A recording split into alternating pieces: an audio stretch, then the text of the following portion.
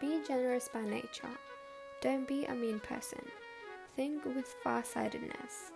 It will help your mind become pure. Gayatri Smriti, verse 18. Book title, Generosity and Far-Sightedness. Gayatri Mantra is a universal mantra. It is made of 24 syllables and is the smallest scripture of the world, which also offers universal codes of conduct for humanity. Gayatri Smriti spells out 25 teachings to humanity through its 25 verses, devoted to each of the 24 syllables of the Gayatri Mantra and its heading, Om Bhur Swaha. These are universal teachings that would be readily acceptable to any society, country, race, and religion and remain eternally sane, irrespective of place, time, or situation. The 22nd verse of Gayatri Smriti imparts the teaching of Bra, the 21st syllable of the Gayatri Mantra, which requests everyone to be generous by nature, not mean, and think with far-sightedness. It will help the mind become pure. This small booklet shows how generosity and far-sightedness are indispensable qualities everyone should have. Human beings are social animals. We are dependent on each other on our survival and progress. Generosity is one of the qualities which are key to our coexistence. When we think of generosity, the ability to give or donate money is the first thing that comes to our mind. However, the author shows us so many various ways to be generous or express generosity, so much so that even a penniless person or anyone in the world for that matter can be generous and contribute to the society. Generosity and far-sightedness both go hand in hand. The person who is far-sighted will be generous, and to be generous one needs to be far-sighted. Far-sightedness helps a person to decide the current thinking, actions, and conducts, keeping the future consequences in mind. It will always keep the person on the right track and make him accomplish a bright future. A few excerpts from the book. Imposing our own interests, desires, and beliefs on other people, gauging others through our own standards, paying attention to only our own views and selfish interests are sign of lack of generosity, which is a symbol of beastly nature. Many conflicts would easily die down when one generously tries to understand others' thoughts, logic, personal interests, and situations. Generosity has an amazing quality of making friends with others. We should first make any common ground we may find between us and others the medium of mutual love and cooperation. Any issues of disagreement should be left to be sorted out later date and resolved little by little with a calm and composed mind. This is the principle of community spirit.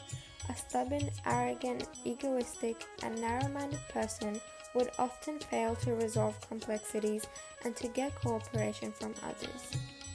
Thinking only of instant benefits or the benefits of the present time or present day and disregarding the remote consequences indicates a lack of far-sightedness. People lose their health, fame, sagacity, and long-term benefits by falling into that trap.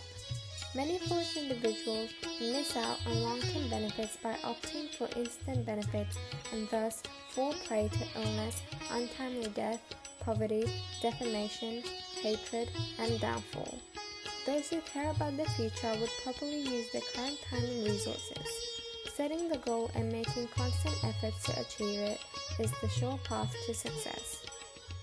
A generous person does not love others for the sake of personal gains, but because it is in his nature to do so, and he thinks of their good.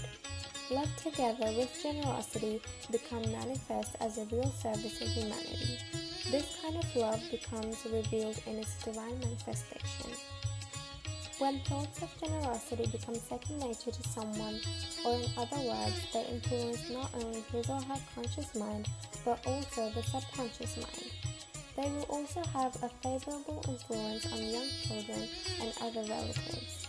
In this way, we create an atmosphere of generosity all around us, and it will help the development of extraordinary mental powers in mind. It is said that the more knowledge you give to others, the more knowledge you would get. Giving makes something grow manifold is true only with regards to knowledge. Man's durable wealth is not money, beauty, or fame. They are all destructible. Man's long-lasting wealth is his thoughts. Despair and lack of generosity both go hand in hand. In the same way, generosity goes hand in hand with hope and enthusiasm. Many people complain that others are taking undue advantage of their generosity. In the real sense, such generosity is not generosity at all, which makes a person regret it later on. The generosity shown for selfish interest will lead to such regret. The generosity demonstrated with a true heart would always have a favorable outcome and would never result in any regret. We should learn the lesson of gratitude from Bhagwan Ram. Maharishi Valmiki says that Kaushalya's son Ram would never remember countless offenses committed by people against him, but he would always be contented with anyone doing even little favor to him. Bhagwan Ram would neither see faults in others nor feel jealous about others' virtues. Any devotee of Bhagwan Ram must follow his example. The person who has generosity and charity in his nature will find a way of fulfilling them in any situation whatsoever. Everyone knows well that the worth of generosity, help, donation, and so on can only be gauged by a person's inner feelings and not their extent or quantity. Therefore, a poor laborer donating a meager amount of money in donation would be regarded as more significant and more tremendous sacrifice than a millionaire donating a considerable sum. There is a saying in English that birds of a feather flock together. Everyone will find companions of similar attitudes or beliefs. We attract people like us from the unknown world around us and get in touch with faraway people like us. Seeing a cheerful person would make other people cheer up. A kind person would make others cry. They would spread the infection around.